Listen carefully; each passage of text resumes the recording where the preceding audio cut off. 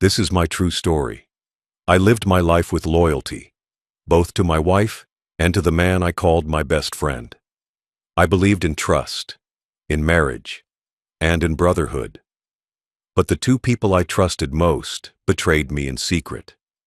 My wife gave her love to another man, and that man was my best friend. For months, I carried the weight of their lies, silent but broken inside. But when the moment came, I chose revenge. And I exposed them in front of everyone. You won't believe what I did next. Before I tell you, tell me where you're watching from, and please subscribe so more people hear my story.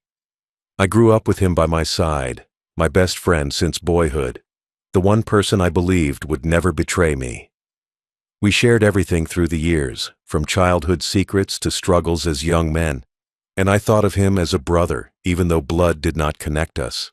When life was hard, we stood shoulder to shoulder. When life was good, we celebrated together. I trusted him more than anyone outside my family. Later, when I met the woman who would become my wife, I felt just as sure of her. She was the love of my life, the woman who brought me peace after long days of labor, the one who made me believe in home and comfort. I built my future around her, married her, raised children with her, and spent years making sacrifices to keep our family strong. My loyalty was complete.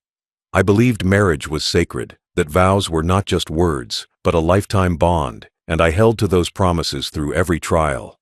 I also believed friendship was unshakable, and my best friend had always proven that, or so I thought. He stood with me at my wedding, toasted to my marriage, laughed with me around the fire on summer nights, and promised he would always have my back.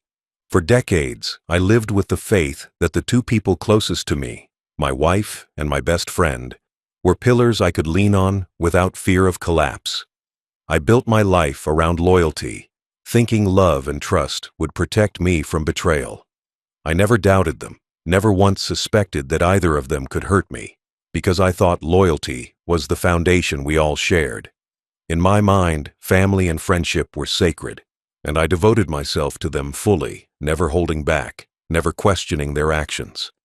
I gave everything I had to the life we built together, my wife at my side and my best friend always near. I believed that no matter what storms came, those bonds would stand strong. But I was wrong. What I thought were unbreakable walls were cracks waiting to split wide open. And though I did not know it yet, both my wife and my best friend were preparing to betray everything I had ever believed in. The cracks did not appear in one moment, but slowly, creeping in like shadows that spread quietly across a wall until the whole room is dark. At first, I thought it was only the natural wear of years in a marriage, the way life changes when people grow older. But deep down, I could sense something was wrong. My wife, the woman I had trusted for decades, began to move differently. Her eyes no longer held me the way they used to. She became distant, quiet, often staring into nothing with thoughts she did not share. Nights grew longer, with her telling me she was too tired, turning her back when once she used to reach for me. I told myself it was age, stress, maybe even her health, and I tried to be patient, to be understanding. But the distance only grew wider. She began leaving the house more often, with excuses that sounded ordinary, but felt hollow. Trips to the store that took too long, visits to friends I never saw, errands that never seemed to end. I wanted to trust her, so I accepted her words, convincing myself that love required faith, even when my gut whispered doubt. But those whispers grew louder each time she avoided my eyes, each time her phone rang and she turned away before answering, each time she smiled at messages I was never meant to see. And then there was my best friend. He started coming around more often, but not the way he used to. Before, he visited openly, laughing, bringing stories, sharing memories. Now, he often came when I was not home. Neighbors would mention they saw his car in the driveway, and when I asked my wife, she brushed it off with casual words.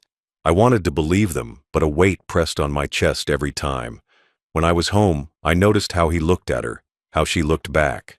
Not for long, not enough for most people to notice, but I saw it because I knew them both better than anyone. It was a glance too soft, a smile too private, a laugh that carried a secret. At gatherings, they sat too close, their voices lowered when I walked into the room, their conversations ending with silence that told me more than words ever could. I tried to bury the thoughts. I told myself loyalty mattered more than suspicion, that I was being unfair to two people I loved. I silenced my own doubts out of fear that I was wrong, out of fear that even thinking such things would betray the trust I promised to them. For a while, I succeeded in blinding myself. I poured myself into routine, into work, into anything that distracted me from the unease building in my chest. But betrayal leaves signs, and no matter how hard you try to look away, those signs only grow clearer. Her excuses grew weaker. His visits became more frequent. Their laughter carried a sound I no longer recognized, and I began to see that my loyalty, the same loyalty I once thought was a shield, had blinded me to the cracks spreading across my life. They thought I would never notice, that I was too loyal, too trusting, too old to see what was right in front of me. But even though I stayed silent, even though I pushed my doubts down, the truth was already crawling into my heart. The cracks were becoming too many, and I knew that soon, the walls I had built with love and trust would collapse around me. The day I discovered the truth is one that will never leave me. It was not something I planned, not something I was ready for, but it came anyway, hitting me harder than any blow I had ever taken in my life. I had gone into the study one evening to look for a paper, just a simple thing I needed, but instead I found a box tucked away behind books that had not been moved in years. It was my wife's handwriting on the lid, and though part of me told myself to leave it alone, something stronger inside told me to open it. What I found inside stopped my heart. Letters, old and new, written in her hand, addressed not to me, but to him, my best friend.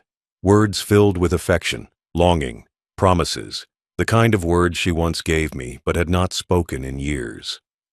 I sat there frozen, my eyes running across the pages, my hands shaking as I realized these were not one mistake, not one slip, but years of deception. Some of the letters were decades old, proof that this betrayal had not just started, but had lived alongside me for far longer than I could have imagined. And it was not only letters. There were photographs too, small, hidden away, showing them together in moments they thought would never be seen. Smiles that were not meant for me, touches that carried meaning I could never deny. Every picture burned into my mind, every word cut deeper into me, tearing apart the man I thought I was. Betrayal came not from strangers, not from enemies, but from the two people I trusted most, my wife, the woman I built a home with, and my best friend, the man I had called my brother for decades. I felt crushed, as if the walls of the house I built with my own hands were falling in on me. My chest tightened, my throat dry, my eyes wet but unwilling to release the tears. I wanted to shout, to storm into the room and demand why, but instead I sat in silence, broken but calm, because even in that pain, I knew nothing I said would erase what I had found. Their betrayal was written in their own hands, captured in their own images, undeniable and final. That night, as the house sat quiet around me, I carried the box to my room and placed it where no one could find it. I lay awake staring at the ceiling, listening to the sound of her breathing beside me, steady and peaceful as if she had not destroyed my world. Rage filled me, sorrow crushed me, but above all, silence became my shield. I told myself that one day the truth would come out, but it would not be through screaming or fighting. I decided in that moment that I would not confront them yet. I would wait. I would plan. And when the time was right, their lies would collapse in front of everyone they fooled. For now, I carried the weight alone. My heart shattered, but my mind steady, because though betrayal had broken me, I knew it would also become the weapon I would one day use to destroy them. In the days that followed my discovery, the house felt heavier than ever before. Every wall held memories, every chair carried echoes of the past, and yet none of it felt real anymore. I sat alone in the quiet, surrounded by the life I had built with sacrifice and patience, and all I could think about was how easily it had been broken by the two people I trusted the most. I remembered the years of struggle, the nights I worked late to provide, the times I put my own dreams aside to make sure my wife and family had everything they needed. I thought about my best friend and how many times I had defended him when others doubted him, how many times I had stood by his side when life treated him unfairly. My loyalty had been absolute, and now I realized it had been repaid with lies and betrayal. I began to reflect on myself, wondering if I had been blind, wondering if my trust had been weakness rather than strength. I questioned every moment, every smile, every word, trying to see where the truth had ended and the lies had begun. It was a lonely reflection, one that tore me apart inside, because I knew the people I loved most had never given me the same devotion I gave them. Nights were the worst. I would sit in the old chair by the window, staring out into the dark, replaying their letters and photos in my mind, unable to find peace. My heart was heavy with pain, but also with anger, and yet I knew I could not let that anger explode. I was too old to waste my last years shouting into the wind. I told myself my revenge would not be loud, it would be precise. It would not be about destroying with fists or fire, but with truth, clean and sharp, cutting through the lies they had wrapped themselves in. I decided then that I would wait. I would hold on to the evidence I had found, and when the moment came, I would use it in a way that neither of them would expect. They thought their betrayal was safe in shadows, but I promised myself that one day I would drag it into the light. Until then, I carried my silence like a weapon, my loneliness like a shield, knowing that patience would be the key to justice. Months passed after I found the letters and photos, and though every day I carried the weight of betrayal in my chest, I stayed silent. I watched life move forward as if nothing had changed, even though inside me, everything had collapsed. My wife continued her days pretending she was innocent, smiling in front of neighbors, laughing at family dinners, living as though she was a faithful partner. My best friend moved on as well, walking through town with the same charm he always carried, his lies hidden behind his familiar smile. And then one day, the news spread through our circle like wildfire. My best friend was engaged. He was going to marry another woman, a young bride who looked at him with the same trust I once carried, a woman who saw him as loyal, strong, and worthy of her future. Everyone around us celebrated the news. They called him an honorable man, said he was finally ready to settle down, praised him for being dependable and true. His bride's family opened their arms to him, proud to welcome him into their lives, convinced they had found a man of character. They did not know the truth. They did not know the man they were trusting had been living a life of betrayal, stealing moments with another man's wife while promising love to their daughter. They did not know the respect they gave him was built on lies. My wife attended his engagement party with me, dressed well, smiling, acting as though nothing had ever happened between them. She clapped, she cheered, she shook hands, pretending she was simply happy for a friend, while I sat there in silence, my heart burning with the knowledge of what they had done together. I looked at them both across the room, laughing, celebrating, and I felt the anger rise inside me again, but I did not show it. I kept my mask steady because I knew the time was coming. Watching my best friend stand there, celebrated as a man of loyalty, was almost unbearable, but I reminded myself of patience. Justice delayed was not justice denied, and I would make sure his lies collapsed when he least expected it. As the months rolled on, wedding preparations filled the air. People praised him, his bride adored him, his family celebrated him. My wife played her role, smiling beside me, pretending she was simply a supportive partner, while every smile only reminded me of her betrayal. They thought the past was buried, hidden away in letters and photos I was too weak to use, but I held on to them quietly, waiting for the right moment. And the wedding would be that moment. It was not enough for me to confront them in private, because lies like theirs thrived in shadows. I wanted their truth to be revealed in light, in front of everyone they had fooled. I wanted the bride to know, before she tied herself to him forever. I wanted the families who praised him to see the man he really was. And most of all, I wanted my wife to feel the weight of her shame when she watched it all fall apart. I did not need to scream or fight. I only needed to wait for the day when their new beginning turned into their end. That wedding was not just a celebration for them, It became my stage for justice, the place where their betrayal would finally be exposed to all. As the wedding day drew closer, I knew my moment was near, but I also knew I had to be careful. Lies can be denied with words, but proof cannot be erased. I had already found the letters hidden away in that old box, and the photographs that showed what words could not hide. They were powerful, but I wanted everything to be undeniable. So I gathered it all slowly, carefully, without letting them know I was preparing their downfall. Each night, when the house was quiet, I went back through the letters, reading them again, choosing the ones that carried the clearest words of betrayal. I took photos of those letters so I could keep copies in case they tried to destroy the originals.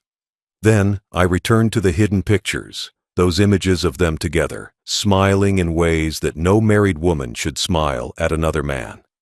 I scanned them, stored them safely, and placed them in a folder only I could access. I even began keeping track of the times when my best friend visited while I was not home, details that added weight to the evidence. I knew that on the day of the wedding, they would expect nothing, their guards lowered, their confidence high, and that would be the moment the truth would strike. I made an envelope, plain and simple, and inside I placed copies of the most damning proof. A handful of letters that showed her love for him, her words that betrayed me. A handful of photographs that showed their closeness in ways no excuse could explain. I did not need to overwhelm. I only needed enough to break through the lies in an instant. I sealed the envelope and placed it where no one could find it, carrying it like a weapon I would one day draw. While others spent their time choosing flowers, suits, and decorations, I spent my time preparing for that single moment. Each time I looked at my wife, pretending to be loyal. Each time I heard my best friend being praised as an honorable groom, the fire in me grew hotter, but I kept my silence. I reminded myself that revenge would not be loud, it would be precise. A single action at the right time would undo everything they had built. I was not preparing to argue, I was not preparing to fight, I was preparing to show the truth in a way that would silence every denial. As the day approached, I grew calmer, because I knew justice was finally coming. They thought their lies would last forever, but I held in my hands the proof that would cut through it all. The morning of the wedding came bright and clear, a day filled with excitement for everyone except me. Families gathered, guests dressed in their finest clothes, and the air was heavy with celebration. Laughter echoed in the streets. Car horns signaled the arrival of visitors, and music played as people prepared for what they believed would be a beautiful union. I walked into the church quietly, dressed simply, carrying nothing but the envelope hidden beneath my coat. My wife walked beside me, her face shining with false joy, pretending as if she was only there to support a friend, but I saw through her act. I looked at her and thought of the lies she had lived, the love she had stolen, and the shame she would soon face. Inside the church, the decorations sparkled, flowers lined the aisles, and the sound of the organ filled the air. The bride's family moved about with pride, smiling and greeting every guest, unaware that their joy was about to be shattered. My best friend stood at the front, proud and confident, wearing his suit with a smile that painted him as an honorable man, but to me it looked like a mask covering the filth of betrayal. Guests whispered about how handsome he looked, about how lucky the bride was to have him, and every word cut deeper into me. But I held my silence. I sat in the back row, my envelope resting in my lap, my eyes steady on the ceremony. My hands did not shake, though my heart beat heavy in my chest. I knew the moment was near. The music changed, and the bride appeared at the doors, radiant in her white gown, her smile pure and filled with trust. She walked down the aisle with her father by her side, every step a symbol of the life she believed she was walking into. Guests turned to watch her, many with tears of happiness in their eyes, and I felt a pang of sorrow for her. She did not know the man waiting at the altar was not who she thought he was. She did not know he had already betrayed vows before even speaking them. She was innocent, and she deserved truth, not lies. As she reached the front, the priest raised his voice to begin the ceremony, speaking of love, faith, and unity. My best friend held her hand, his eyes shining as though he was the perfect groom, and the guests smiled, moved by what they believed was a holy moment. I sat still, quiet, letting the words wash over me. But inside I was waiting, steady, patient. The vows were about to begin, and that was when I knew I could no longer stay seated. My time had come. My legs grew heavy as I prepared to rise, but my will was firm. This was the day I had waited for, the day their betrayal would meet its end.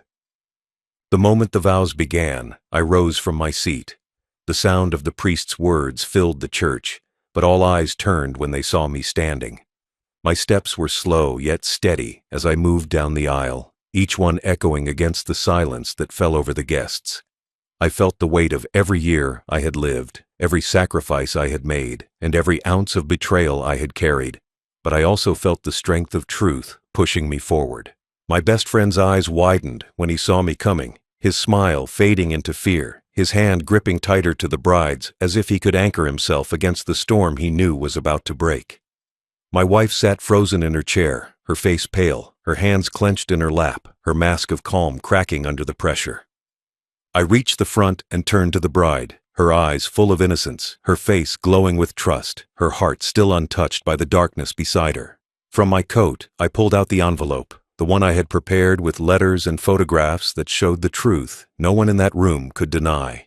I placed it in her hands, steady and sure, and I spoke only the words that mattered. She deserved to know who he really was.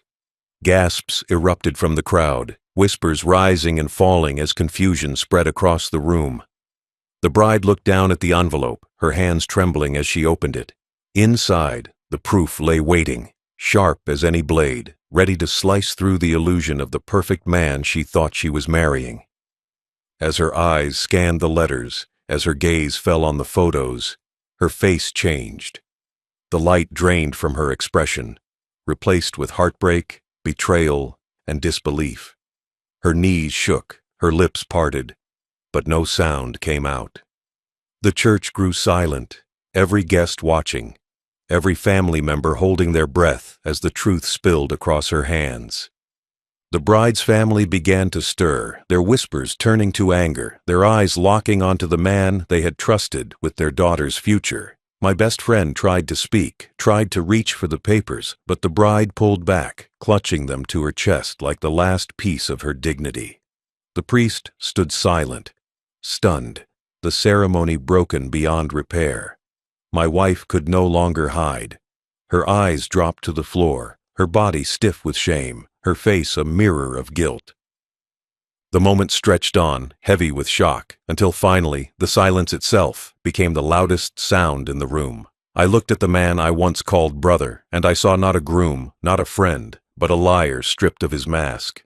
The truth had been spoken without a single argument. His perfect day had become his ruin, and there was no way back. The church, once filled with joy and celebration, turned into a storm of chaos. The bride stood trembling, her hands still clutching the letters and photographs as tears fell down her face. Her family erupted in anger, shouting questions, demanding answers, their voices echoing through the walls that had moments before carried words of love and blessing. Guests whispered, some gasped loudly, others shook their heads in disbelief. My best friend, the man everyone thought was honorable, tried to reach for the bride, but she stepped back, her face full of pain and disgust. He tried to speak, but no words could cover the truth written in her hands. His lies had collapsed in front of everyone he wanted to impress. His family hung their heads, embarrassed and ashamed, unable to defend him, unable to look at the bride's parents. My wife sat in silence, her face pale, her eyes unable to meet mine or anyone else's. She knew her role in this betrayal was no longer hidden, that even though the wedding was not hers, her shame was tied to the proof the bride held. She tried to stay still, but her trembling gave her away. Some guests began to murmur about her, connecting the pieces, realizing she had been part of the affair. The weight of disgrace pressed down on her, leaving her frozen in her seat. The bride's parents rushed to her side, pulling her away from the altar, shielding her from the man who had promised to love her while secretly betraying another. Their voices were sharp, filled with rage, declaring that the wedding was over, that their daughter would not tie herself to a liar. The bride collapsed into their arms, sobbing, her white dress now stained with tears, her heart broken before it could even begin its new journey. My best friend stood alone at the altar, his shoulders heavy, his face red with shame. He looked around for support, but no one moved to his side. His friends avoided his eyes, his family stayed quiet, his name already ruined in the eyes of everyone present. The church that was meant to celebrate his future had instead witnessed his downfall, and my wife, the woman I had once trusted with my whole life, sat as if she had been turned to stone, knowing that her disgrace was tied forever to the man she had betrayed me with. The fallout was complete. Their lies were exposed, their reputations shattered, and there was no undoing the damage. I stood among the wreckage of their lives, silent and calm, because I had not needed to shout or fight. The truth had spoken for me, and it was louder than any words I could have used.